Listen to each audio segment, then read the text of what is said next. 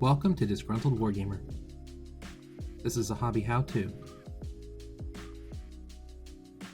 Today we will cover magnetizing the new Mark IV Warmachine warjacks.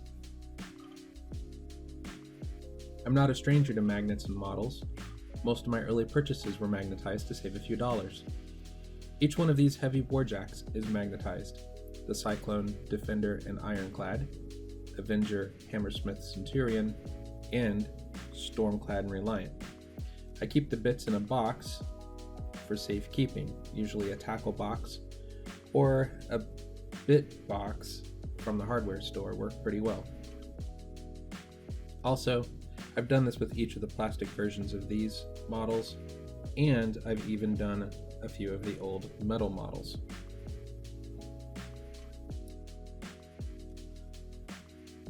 Moving on, I have a box with the Stryker heavy warjack. It's a 3D printed resin model from Privateer Press. It's part of their Storm Legion line of their Mark IV Warmachine. If you zoom way in, you can see some layer lines on the model. At this point though, I only see them if light is hitting just the right way or if I'm holding them close up. And I mean like just a few inches away from my face. They're not any bigger than the edge of my knife in terms of thickness, and I don't really think they're going to be an issue when painting, but we'll see. I think that depends on your paint style.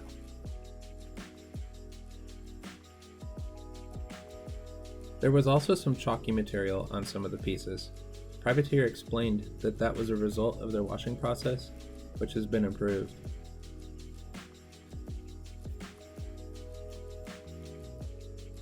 I had to glue together the hammer and one of the spears. The brakes were really clean. I considered drilling and pinning, but decided against it. I'd like to see how well this model holds up over time with a minimal effort.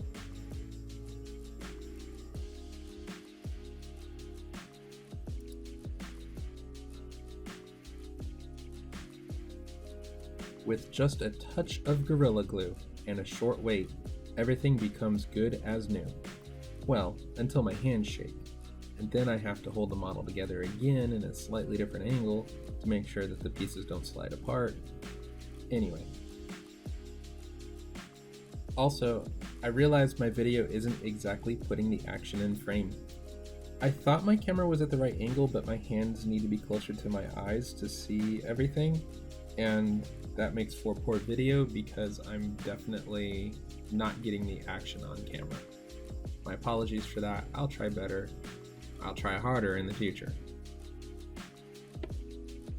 The magnets that come in the kit are much like the magnets I used to buy. To install, I'm going to use some old magnets glued to a couple of parts I have laying around. I'm using a 30mm base for the body magnets and the wheel for arms, legs, and hands. To make this applicator, you could also use a nail, nuts and a bolt, whatever strikes you. I'm using this because it's likely to not get lost on my table, and because it makes sense to me to have a body and base go together.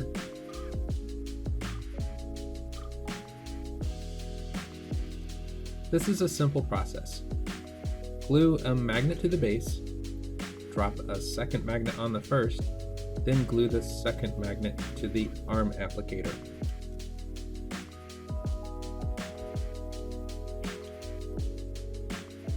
To use the head and arm applicator, put a magnet on the magnet you already glued onto the applicator. Then touch the surface of that new magnet with a little dab of glue. I like to use the gel because it doesn't drip. Position your magnet into the hole using the applicator, and then very gently pull the applicator away. You can wait a little while to let the glue set first if you want to do that, but sometimes I use a knife or another tool to push,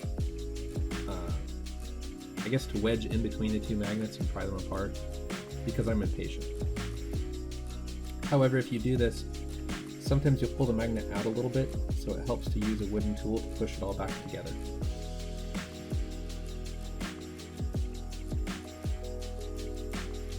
This is more evident when you do the arms and other accessories. And again, it's important to be a little patient with this process.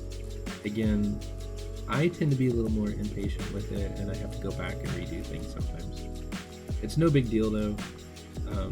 A lot of times you can pry it out with a knife or a teeny tiny pair of pliers if you have something that small.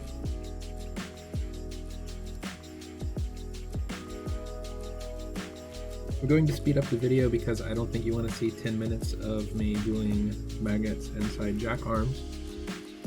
So we're going to fast forward and get to the end result.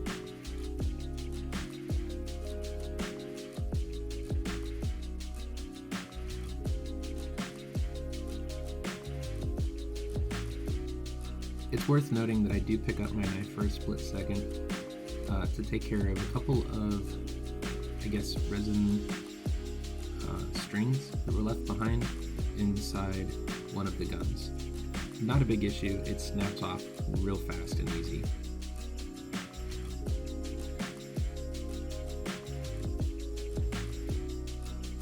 And here it is, a Stryker done up kind of like a old Defender.